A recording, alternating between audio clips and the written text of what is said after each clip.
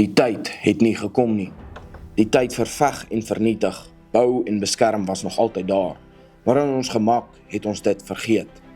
Ons het toegelaat dat vreemde volke, vreemde gode in ons midde aanbid en met woorde soos draai altyd die ander wang en God is liefde en hy aanvaar jou soos jy is en volg jou hart, steen vir steen gehelp om goddelose altare op te rig.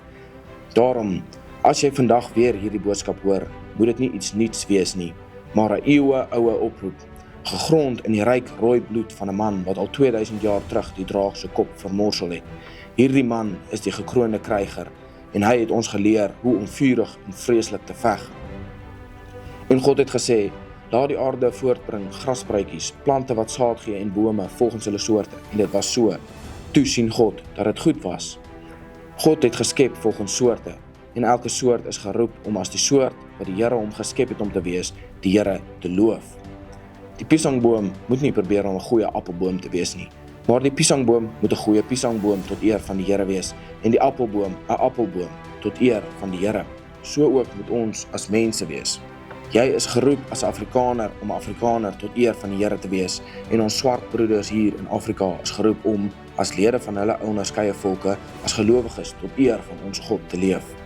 Afrikaners, boere, is besig om uit te sterf. Ons vergeet ons geskiedenis en dan ook die God wat ons hier geplaas het en hoekom hy ons hier geplaas het. Ons sterf uit want ons vermoor onsself met ongeloof en gemak. Van ons wil vlug van die stryd wat God ons gegee het in hierdie land.